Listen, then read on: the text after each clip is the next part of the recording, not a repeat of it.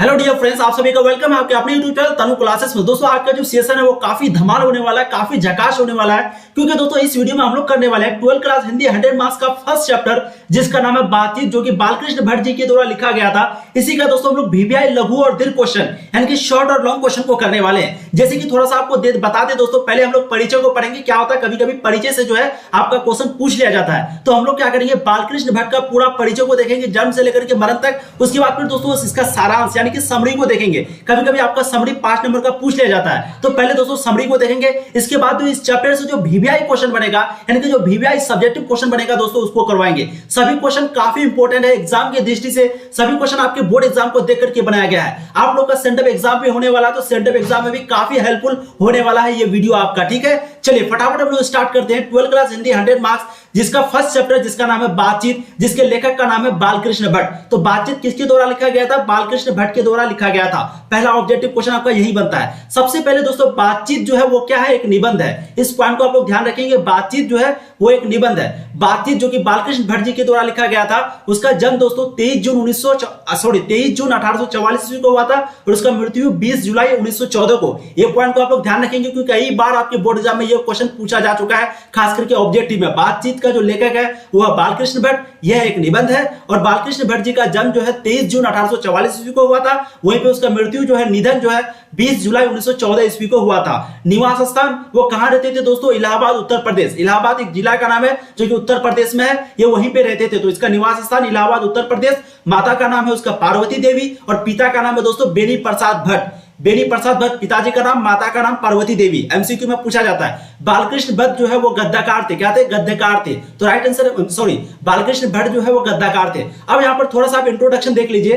पिता जो है उसके एक व्यापारी थे। कौन, पिताजी का नाम है बेनी प्रसाद भट्ट। तो बालकृष्ण भट्ट के जो पिता थे वो एक व्यापारी थे यानी कि बिजनेसमैन थे, और माता जो है एक सुसंस्कृत यानी कि कल्चरल महिला, जो गांव देहाती वाली महिला होती है। जैसे कि आप अगर थोड़ा सा बताएं तो जो गांव टाइप की महिला होती है, एक प्रकार का संस्कारी, तो संस्कृत यहाँ पर कल्चरल सुसंस्कृत, ठीक है। तो महिला थी जिन्होंने बालकृष्ण भट्ट के मन में अध्ययन की रुचि और लालसा जगाई। तो उसकी मां ने जो है यानी कि बालकृष्ण जी की जो मां थी, उसी ने बालकृष्ण के अंदर पढ़ने की इच्छा को जताया, पढ़ने की इच्छा को जगाया। भट्ट के मन में अध्ययन की रुचि एवं लालसा जगाए। बालकृष्ण भट्ट आधुनिक हिंदी गद्य के अधि निर्माताओं और उन्नायक रचनाओं में से एक है। वे हिंदी के प्रारंभिक युग के प्रमुख और महान पत्रकार, निबंधकार तथा हिंदी के आधुनिक आलोचना के प्रवर्तकों में अग्रगण्य लीडिंग है। तो प्रमुख यानी कि एक प्रकार का प्रमुख, मुख्य, महान पत्रकार, निबंधकार तथा हिंदी की आधुनिक आलोचना के प्रवर्तकों के अग्रणी यानी कि लीडिंग है। ठीक है, चलिए उस चीज को छोड़िए। अब यहाँ पर देखिए बहुत इंपॉर्टेंट आपका दोस्तों बताते हैं, बातचीत के अंदर से कोई भी क्वेश्चन पूछा जाएगा,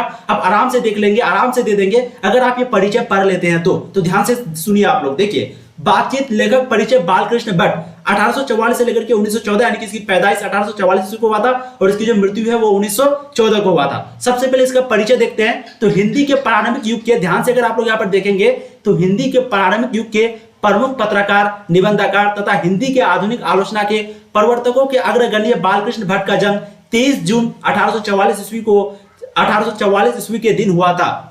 इनके पिता का नाम बेनी प्रसाद भट्ट था जो एक व्यापारी था यानी कि बिजनेसमैन था। माता का नाम पार्वती देवी थी जो एक सुसंस्कृत यानी कि एक प्रकार का कल्चरल महिला थी। इन्होंने ही बालकृष्ण भट्ट के मन में अध्ययन की रुचि जगाई थी, जैसे कि मैंने आपको शुरू में बताया। भट्ट जी का निवास स्थान जो है इलाहाबाद उत्तर प्रदेश में था। इन्होंने प्रारंभ में संस्कृत का अध्ययन किया था। किसने, भट्ट जी। ठीक है, तो भट्ट जी का जो इसका जो निवास स्थान है वो इलाहाबाद में था, उत्तर प्रदेश में था, और इन्होंने प्रारंभ में यानी कि शुरू में संस्कृत का अध्ययन किया था। 1867 में प्रयाग के मिशन स्कूल में एंट्रेंस की परीक्षा दी। यह सन 1869 ईस्वी से लेकर 1875 ईस्वी तक प्रयाग के मिशन स्कूल में अध्यापन में कार्यरत रहे। ठीक है, तो 1869 से लेकर के 1875 तक प्रयाग के मिशन स्कूल में अध्यापन में कार्यरत रहे। हम लोग अभी किसके बारे में पढ़ रहे हैं दोस्तों, तो इन्होंने बालकृष्ण भट्ट के मन अध्ययन की रुचि जगाई। भट्ट जी का जो निवास स्थान है, हम लोग बालकृष्ण भट्ट के बारे में पढ़ रहे हैं। तो यहाँ पर 1869 से लेकर के 1875 तक प्रयाग के मिशन स्कूल में ये अध्यापन में कार्यरत रहे। ठीक है, अब आगे देखेंगे 1885 में प्रयाग के CAV स्कूल में संस्कृत का अध्यापन किया। सन 1888 में प्रयाग की कायस्थ पाठशाला इंटर कॉलेज में अध्यापक नियुक्त हुए, किंतु अपने उग्र स्वभाव के कारण इन्हें नौकरी छोड़नी पड़ी और फिर ये लेखन कार्य में लग गए। बालकृष्ण भट्ट जी जो है वो अपने एक प्रकार का समझते उग्र होने के कारण वो जो है नौकरी उसको छोड़नी पड़ी, फिर वो अपने लेखन कार्य में लग गए।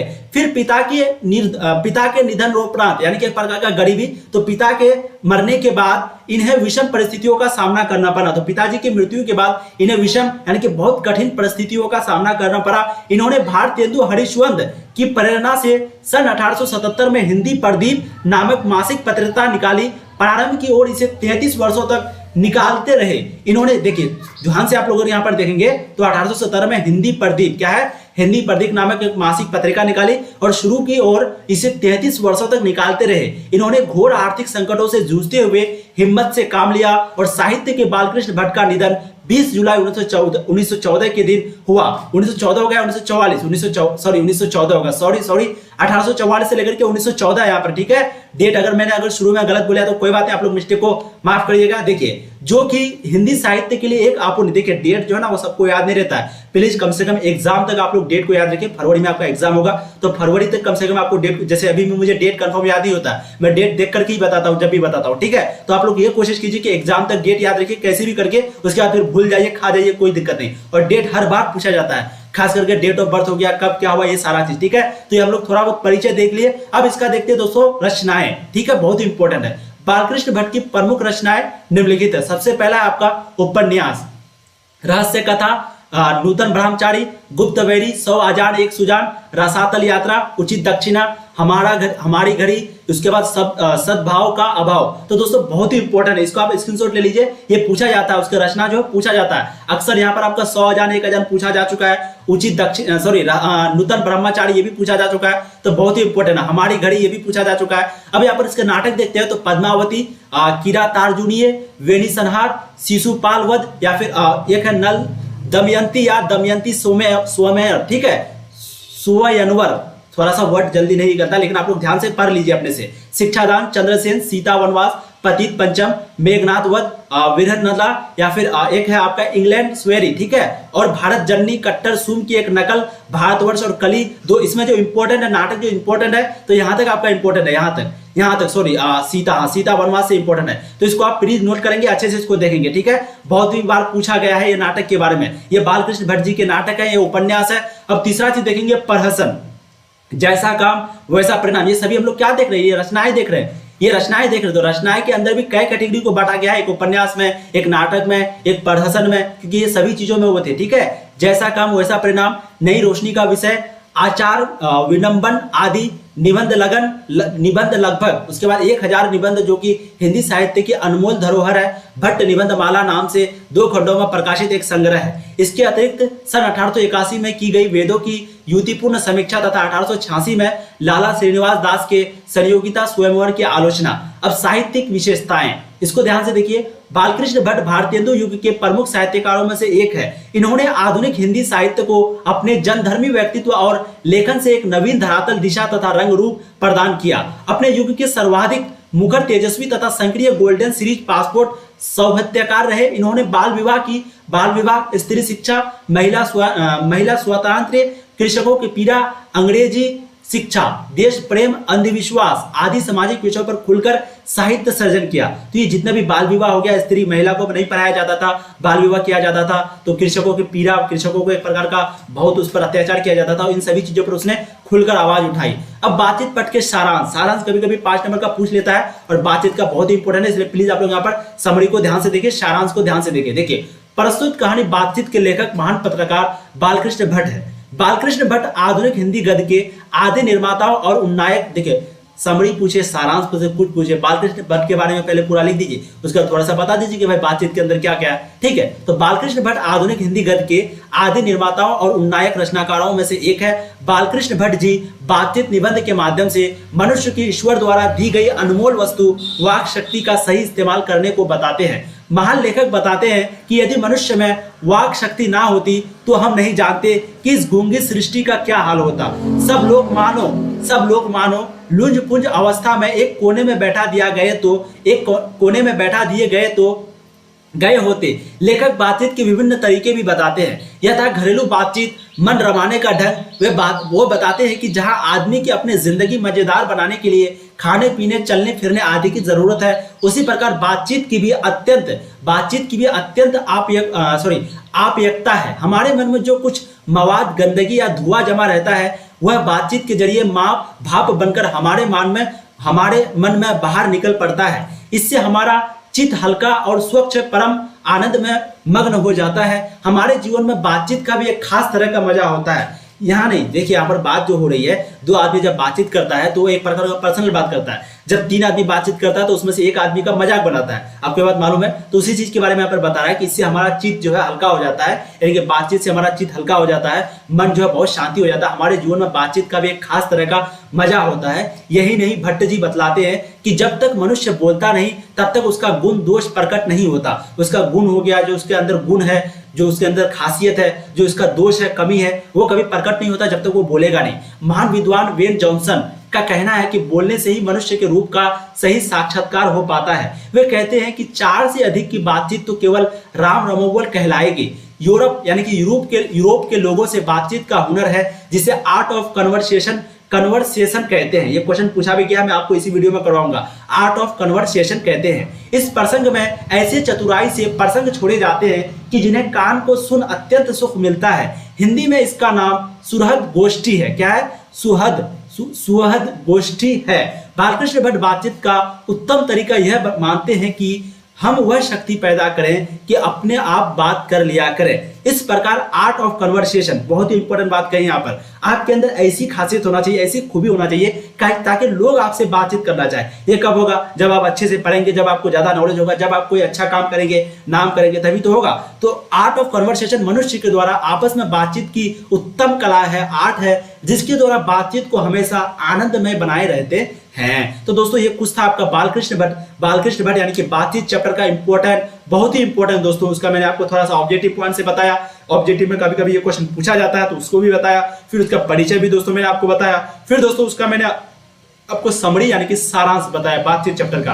अब हम लोग करने वाले हैं इसका क्वेश्चन आंसर, चुनिंदा क्वेश्चन, जो कि आपके बोर्ड एग्जाम के लिए बहुत ही इंपॉर्टेंट है। लेकिन उससे पहले दोस्तों, अगर अभी आप तो वीडियो को लाइक नहीं की, प्लीज वीडियो को लाइक करें। आप लोगों के लिए दोस्तों बहुत ज्यादा मेहनत करते हैं, प्लीज चैनल पे पहली बार है सब्सक्राइब करें। इसी तरीके से आपको यहाँ पर तैयारी कराई जाती है, जैसे कि आप देख रहे हैं chapter by chapter, VBI subjective सभी तरह का, सेम टाइप एग्जाम हो, बोर्ड एग्जाम हो, सभी तरह का यहाँ पर तैयारी होती है। इसलिए आप लोग प्लीज चैनल पे पहली बार है सब्सक्राइब करें, वीडियो को लाइक करें और शेयर जरूर करें अपने दोस्तों को। आपके दोस्त लोग बहुत ज्यादा परेशान है, इसे प्लीज शेयर करें। चलिए हम लोग चैप्टर को ज्यादा टाइम आपका नहीं लेंगे। बिल्कुल कंजूसी आप लोग बहुत करते हैं लाइक वगैरह करने में, कंजूसी बिल्कुल ना करें। चलिए, अगर हम में वाक शक्ति ना होती तो क्या होता? मैंने अभी आपको थ्योरी में बताया, अब यहाँ पर उसका आंसर देख लीजिए। इसलिए कहते हैं कि परिचय को देखना बहुत जरूरी है। परिचय से ही जितना भी क्वेश्चन अभी करवाएंगे ना, आपको लगेगा परिचय में सब बता दिए सर। देखिए, अगर हमें वाक शक्ति ना होती तो क्या होता? अगर हमें वाक शक्ति ना होती तो यह समस्त सृष्टि गूंगी प्रतीत होती, सभी लोग चुपचाप बैठे रहते और हम जो बोलकर एक दूसरे के सुख दुख का अनुभव करते हैं,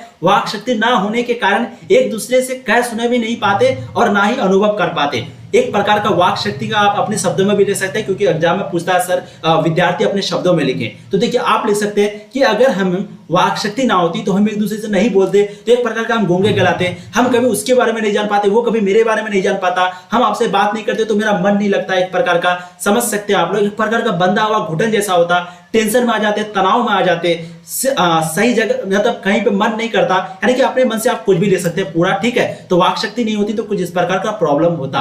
अब देखिए नेक्स्ट क्वेश्चन, बातचीत के संबंध में वेन जॉनसन और एडिसन के क्या विचार हैं? बातचीत के संबंध में वेन जॉनसन और एडिसन के क्या विचार हैं, इसको समझिए। देखिए, बातचीत के संबंध में वेन जॉनसन का मत है, यानी कि मत का मतलब क्या हुआ कि वेन जॉनसन कहते हैं कि बोलने से ही मनुष्य के सही रूप का साक्षात्कार होता है। यह बहुत ही उचित जान पड़ता है, मतलब बोलने से ही आदमी के बारे में पता चलता है कि भाई ये अच्छा आदमी है, ये बुरा है, ये किस प्रकार का है। एडिसन का मत है, यानी कि एडिसन जी कहते हैं, असल मत का मतलब एक प्रकार का वोट होता है, वोट जो वोट देते हैं, तो एक प्रकार का एडिसन जी इसको सपोर्ट करते हैं, इसको बोलते हैं, तो हम लोग यहाँ पर बोलेंगे एडिसन जी कहते हैं असल बातचीत सिर्फ दो व्यक्तियों के बीच हो सकती है। देखिए बहुत इंपॉर्टेंट पॉइंट, मैंने आपको कहा था कि दो व्यक्तियों के बीच पर्सनल बात होती है, और जब 3 व्यक्ति आ जाए तो फिर वहां हंसी मजाक वाला बात, यानी कि एक प्रकार का मजा लिया जाता है तीसरे वाले का। ठीक है, तो एडिशन का मत जो है वो असल बातचीत सिर्फ 2 व्यक्तियों के बीच हो सकती है, जिसका तात्पर्य हुआ जब 2 आदमी होते हैं तभी अपना दिल एक दूसरे के सामने खोलते हैं। जब 3 हुए तब वह 2 बात कोसों दूर गई।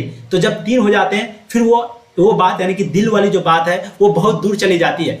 यह भी कहा जाता है कि 6 कानों में पड़ी बात खुल जाती है। 6 कानों में पड़ी बात खुल जाती है। ये पॉइंट को आप लोग ध्यान रखिए, बहुत ही इंपॉर्टेंट है। ये सभी को लिखेंगे ना तो एग्जामिनर जो है ना वो भर भर के मार्क्स देगा। ठीक है, तो ये भी कहा जाता है कि 6 कानों में, यानी कि 3 आदमी अगर बात सुन ले तो एक प्रकार का बात जो है वो खुल जाती है, वो चौथे, पांचवें, छठे कान तक चली जाती है। दूसरे यह कि किसी तीसरे आदमी के आ जाते ही या तो वे दोनों अपनी बातचीत से निरस्त हो जाते हैं, निरस्त हो बैठेंगे, या उसे निपट मूर्ख आज्ञानी समझा बना लेंगे। समझ रहे हैं, यानी कि तीसरा आदमी आ जाए तो या तो उस बात जो कर रहे हैं उसको खत्म कर देंगे, या फिर उससे निपट मूर्ख अज्ञानी, यानी कि उससे बात को छुपाएंगे, बोलेंगे अच्छा ये बोल रहे थे यार, अरे ये बोल रहे थे, वो नहीं, अरे वो नहीं भाई, दूसरा बात बोल रहे थे, छोड़ो, बोलो तुम बताओ, ऐसे मतलब करने लग जाएगा, समझा बना लेंगे। जैसे गर्म दूध और ठंडे पानी के 2 बर्तन पास पास असर होगा। 3 आर्ट ऑफ कन्वर्सेशन, बातचीत करने की। एक माँ के व्याकला है, परवीन मिलता गोल्डन सीरीज एक्सपोर्ट सेटा के रखे जाए तो एक का असर दूसरे में पहुंच जाता है, अर्थात दूध ठंडा हो जाता है और पानी गर्म हो जाता है। वैसे ही 2 आदमी आपस में पास बैठे हो तो एक का गुप्त असर दूसरे पर पहुंच जाता है, चाहे एक दूसरे को देखे भी नहीं, तब बोलने को कौन कहे। एक के शरीर की विद्युत दूसरे में प्रवेश करने लगती है। जब पास बैठने का इतना असर होता है तब बातचीत में कितना अधिक असर होगा, इसे कौन नहीं स्वीकार करेगा। तो यहाँ पर ये कह रहा है कि जब 2 आदमी एक दूसरे के बगल में बैठता है तो ऐसा लगता है कि एक का बिजली, जैसे कि आप लोग अगर करंट पकड़ेंगे तो आपको जो पकड़ा हुआ रहेगा उसको भी करंट पकड़ेगा, तो एक का बिजली दूसरे में प्रवेश कर जाता है। तो उसी तरीके से जब पास में बैठता है तो एक का असर दूसरे में चला जाता है। तो आप सोचिए बातचीत करने पर क्या हो सकता है, सोचिए जरा। ठीक है, चलिए, ये आपका पहला क्वेश्चन, दूसरा क्वेश्चन था ना, अभी आपका तीसरा क्वेश्चन। अच्छा, थोड़ा नंबरिंग मिस्टेक हो गया, ये तीसरा ही क्वेश्चन है। देखिए, मनुष्य की बातचीत का उत्तम तरीका क्या हो सकता है, यानी कि अच्छा तरीका क्या हो सकता है, इसके द्वारा वह कैसे अपने लिए सर्वथा नवीन संसार की रचना कर सकता है, यानी कि अपने लिए संसार पर एक प्रकार का नाम कर सकता है दुनिया में, वो कैसे, सबसे उत्तम तरीका, और वो कैसे अपना दुनिया में नाम कर सकता है। देखिए, सारा क्वेश्चन बातचीत चैप्टर का यहीं पे करवाएंगे, इसलिए आप लोग को ये नहीं सोचना कि वीडियो बड़ी हो रही है। ठीक है, देखिए, मनुष्य में बातचीत का सबसे उत्तम तरीका उसका आत्म वार्तालाप है। आत्म वार्तालाप मतलब खुद से बात करना, तो ये सबसे उत्तम तरीका माना गया है, इसको आप लोग ध्यान देंगे। मनुष्य अपने अंदर ऐसी शक्ति विकसित करे जिसके कारण वो अपने आप से बात कर लिया करे। ये बहुत ही इंपॉर्टेंट पॉइंट है, समझिए। मनुष्य जो अपने आप से, सबसे अच्छा तरीका जो होता है वो अपने से बात करना होता है, क्योंकि जब आप अपने से बात करेंगे तो आपको लगेगा, एक प्रकार का रियलिटी आपको महसूस होगा कि अच्छा ये प्रॉब्लम है, ये प्रॉब्लम है। मतलब एक प्रकार का अगर कहें कि भाई आज वहां नहीं गए यार, तो ये क्या कर, अपने से बातचीत करें, अरे यार उसके साथ ये गलती नहीं करना चाहिए था, उसको मारे बिना मतलब, अरे भाई वो हमको मार दिया, क्यों मार दिया, तो आप ये अपने साथ बात कर रहे हैं। तो ये सबसे उत्तम तरीका माना जाता है। मनुष्य अपने अंदर ऐसी शक्ति विकसित करे जिसके कारण वह अपने आप से बात कर लिया करे। आत्म वार्तालाप यानी कि खुद से बात करना से तात्पर्य क्रोध पर नियंत्रण है, जिसके कारण अन्य किसी व्यक्ति को कष्ट ना पहुंचे। और जब आप खुद से बात करेंगे तो आप सही को सही समझेंगे और गलत को गलत। जैसे एग्जांपल, आपका अगर दोस्त आके आपको बोले कि भाई सिगरेट मत पियो, आपको थोड़ा सा बुरा लगेगा। ठीक है, उस समय हो सकता है बुरा लगे, वो लड़का बोले तो हो सकता है बुरा लगे। अगर वो भी सिगरेट पीता है और वो अगर आपको मना करता है कि सिगरेट मत पियो, तो आपको लगेगा साला खुद पीता है और मुझे मना करता है। लेकिन वहीं पर अगर आप खुद से बात करेंगे कि भाई सिगरेट नहीं पीना चाहिए, तो आपको लगेगा यार, मतलब दिल से आपकी बात निकलेगी। ठीक है, ज्यादा टाइम नहीं लेंगे। तो तात्पर्य क्रोध पर नियंत्रण होता है, जिसके कारण अन्य किसी व्यक्ति को कष्ट ना पहुंचे, क्योंकि हमारी भीतरी मनोवृत्ति प्रशिक्षण नए नए रंग दिखाई करती है, वह हमेशा बदलती रहती है। लेखक बालकृष्ण भट्ट जी इस मन को पर पंचात्मक संसार का एक बड़ा आईना के रूप में देखते हैं, जिसमें जैसा चाहो वैसी सूरत देख लेना कोई असंभव बात नहीं। यानी कि आप जब खुद से बात करेंगे तो आप जैसा चाहें वैसा सूरत आप खुद के अंदर खुद के बारे में सोच सकते हैं। अतः मनुष्य को चाहिए कि मन के चित्त को एकाग्र कर मनोवृत्ति स्थिर कर अपने आप से बातचीत करना सीखे। इससे आत्म चेतना का विकास होगा, उसी वाणी पर नियंत्रण हो जाएगा, जिसके कारण दुनिया से किसी से न बैर रहेगा और बिना प्रयास के हम बड़े बड़े अजय शत्रु पर भी विजय पा सकते हैं। यदि ऐसा हुआ तो हम सर्वथा एवं नवीन संसार की रचना कर सकते हैं। सर्वथा और एक नवीन यानी कि नया संसार, नया दुनिया की रचना कर सकते हैं। इससे हमारी वाक शक्ति लिखा हुआ, ठीक है, वाक शक्ति का दमन भी नहीं होगा। अतः व्यक्ति को चाहिए कि अपनी जिह्वा को काबू में, यानी कि अपने जीभ को, टंग को काबू में रखकर मधुरता से भरी वाणी बोले, यानी कि प्यारा सा मधुर सा आवाज में सही से बोले, अपने गुस्सा को काबू में रखकर, जिससे ना किसी से कूटता रहेगी, ना किसी से बैर, ना कि कोई आपके गुस्सा रहेगा, ना ही आपसे कोई खता रहेगा, इससे ना ही आपसे कोई एक प्रकार का नाराज रहेगा। इससे दुनिया खूबसूरत हो जाएगी। मनुष्य के बातचीत करने का सही और सबसे अच्छा और उत्तम तरीका यही है। ठीक है, आर्ट ऑफ कन्वर्सेशन, मैंने आपको कहा था कि ये क्वेश्चन आपका आएगा और बहुत ही इंपॉर्टेंट क्वेश्चन है। प्लीज आप यहाँ देखेंगे और आपका एक क्वेश्चन है टोटल। देखिए नंबरिंग देखिए कितना मिस्टेक हुआ, ये भी आपका तीसरा नंबर है और ये भी आपका तीसरा नंबर है। देख रहे हैं नंबरिंग बहुत मिस्टेक हुआ, लेकिन आप लोग ध्यान से देखिए। उसके बाद फिर आपका एक प्रकार का स्त्रीलिंग वाला कराएंगे। 2-3 क्वेश्चन और रह गया है, फटाफट हम लोग करते हैं। चलिए तीसरा नंबर क्वेश्चन आप यहाँ पर देखिए, आर्ट ऑफ कन्वर्सेशन वाला। आर्ट ऑफ कन्वर्सेशन क्या होता है? आर्ट ऑफ कन्वर्सेशन बातचीत करने का एक कला, एक प्रविधि है जो यूरोप के लोगों में ज्यादा प्रचलित है। तो आर्ट ऑफ कन्वर्सेशन जो है वो यूरोप के लोगों में ज्यादा फेमस है। इस बातचीत की प्रवृत्ति की पूर्ण शोभा काव्य कला प्रवीण विद्व मंडली में है। ऐसी चतुराई के साथ इसमें प्रसंग छोड़े जाते हैं कि जिन्हें सुन कान को अत्यंत सुख मिलता है। साथ ही इसका अन्य नाम शुद्ध गोष्ठी है। शुद्ध गोष्ठी की बातचीत को यह तारीफ है कि बात करने वालों की जानकारी अथवा पंडिताई का अभिमान या फिर कपट कहीं एक बात में है प्रकट नहीं होता, वरन कर्ण रसाभस पैदा करने वाले शब्दों को बरतते हुए चतुर सयाने अपने बातचीत को सरख रखते हैं। दयनीय स्थिति यह है कि हमारे यहाँ के पंडित आधुनिक शुष्क बातचीत में जिसे शास्त्रार्थ कहते हैं वैसे रस नहीं घोल सकते हैं। इस प्रकार आर्ट ऑफ कन्वर्सेशन मनुष्य के द्वारा आपस में बातचीत करने की एक उत्तम कला है, जिसके द्वारा मनुष्य बातचीत को हमेशा आनंद में, यानी कि एक प्रकार का खुशी बनाए रखते हैं, जो कि यूरोप के अंदर देखने को मिलता है। यूरोप, ठीक है। अब देखिए क्वेश्चन नंबर आपका 5 होगा, शायद 4 या 5। देखिए इस निबंध की क्या विशेषताएं हैं। इस निबंध, कौन सी निबंध भाई? बातचीत, यार वो निबंध है ना, तो इसकी विशेषता पूछ रहा है, वही तो है विशेषता जो हम लोग पढ़े। चलिए देख लीजिए। इस निबंध बातचीत के माध्यम से विद्वान निबंधकार ने बातचीत करने के लिए ईश्वर द्वारा दी गई वाक शक्ति को अनमोल बताया गया है। ईश्वर के द्वारा जो वाक शक्ति दी गई है, इसको एक प्रकार का अनमोल बताया है, अमूल्य बताया है, और कहा कि मनुष्य इसी शक्ति के कारण पशुओं से अलग है। जो जानवर है, मनुष्य सिर्फ यही, क्योंकि जानवर बोल नहीं पाता, आप बोलते, सिर्फ इसी के कारण आप जो है आपको जानवर में नहीं गिना जाता है, इसीलिए जानवर से बढ़कर है। बातचीत के विभिन्न तरीके जैसे कि आर्ट ऑफ कन्वर्सेशन, हृदय गोष्ठी यानी कि दिल की बात, आर्ट ऑफ कन्वर्सेशन जो कि यूरोप के अंदर पाया जाता है, इसी के बारे में बताया गया है, जिसके माध्यम से एक व्यक्ति दूसरे व्यक्ति से उत्तम तरीके से बातचीत करता हुआ अनकस आनंद ले सकता है। इस निबंध में 2 विदेशी निबंधकारों का एडिसन और वेन जॉनसन मत दिया गया है, यानी कि इस निबंध में 2 आदमी, एक है आपका विदेशी निबंधकार, एक है आपका एडिसन और एक है जॉनसन। ध्यान रखेंगे आप लोग, एक एडिसन और एक जॉनसन, ये अपने बात को कहते हैं, जिसमें एडिसन ने यह कहा है कि एडिसन ने यह कहा है कि जब तक मनुष्य बोलना नहीं बोलता, उसके गुण दोष नहीं प्रकट होते हैं। यानी कि जब तक आदमी बोले नहीं, तो उसका जो गुण है, जो उसके अंदर प्रॉपर्टी है, जो उसके अंदर खामी है, यानी कि कमी है, वो कभी बाहर नहीं प्रकट होगा। वेन जॉनसन का मत है, यानी कि वेन जॉनसन कहते हैं कि बोलने से ही मनुष्य से सही रूप का साक्षात्कार होता है, बोलने से ही सही चीज, सही रूप उसका पता चलता है। निबंध में यह भी बताया गया है कि मनुष्य को अपने हृदय यानी कि मन पर काबू रखकर बोलना या बातचीत करनी चाहिए। तो अपने गुस्सा को, अपने हृदय को, सभी चीज को कंट्रोल में रखकर सही से बातचीत करना चाहिए मनुष्य को, ठीक है, या बातचीत करनी चाहिए। यदि ऐसा हो तो वह सर्वथा नवीन संसार की रचना कर सकता है। सर्वथा नवीन संसार की रचना कर सकता है, उसे कोई दुख विषाद नहीं झेलना पड़ेगा।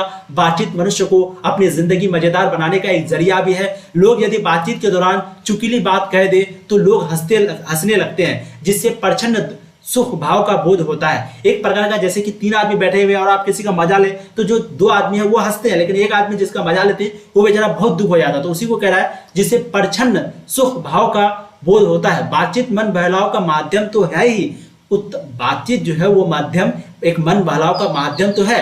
उत्तम बातचीत मनुष्य के व्यक्तित्व के विकसित करने का एक माध्यम भी है, जिसके कारण व्यक्ति लोकप्रिय एवं प्रसिद्ध हो जाता है।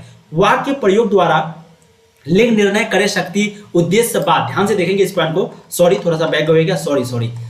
देखिए बहुत ही इंपॉर्टेंट क्वेश्चन आपको करवा रहे हैं दोस्तों, आपको बिल्कुल इधर उधर नहीं भागना है। बहुत बच्चे की वीडियो को छोड़ देते बीच में ही, ठीक है, छोड़ना नहीं है। चलिए हम लोग यहाँ पर कर लेना अभी बातचीत इस निबंध की क्या विशेषता समझ लिए। अब यहाँ पर दोस्तों एक बहुत इंपॉर्टेंट क्वेश्चन है, वाक्य प्रयोग द्वारा एक लिंग निर्णय करे, शक्ति, उद्देश्य, बात, लत, नग, अनुभव, प्रकाश, इन सभी के बारे में बताना। कभी कभी व्याकरण में पूछा जाता है, इसलिए मैंने यहाँ पर ये क्वेश्चन आपके लिए स्पेशली लेके आया हूँ। जैसे कि शक्ति, वो क्या है? स्त्रीलिंग है। क्या है? स्त्रीलिंग है। तो इसका एक आपको सेंटेंस भी बनाने के लिए बोलेगा और स्त्रीलिंग पुल्लिंग भी पूछेगा, ठीक है। तो देखिए शक्ति जो है स्त्रीलिंग है।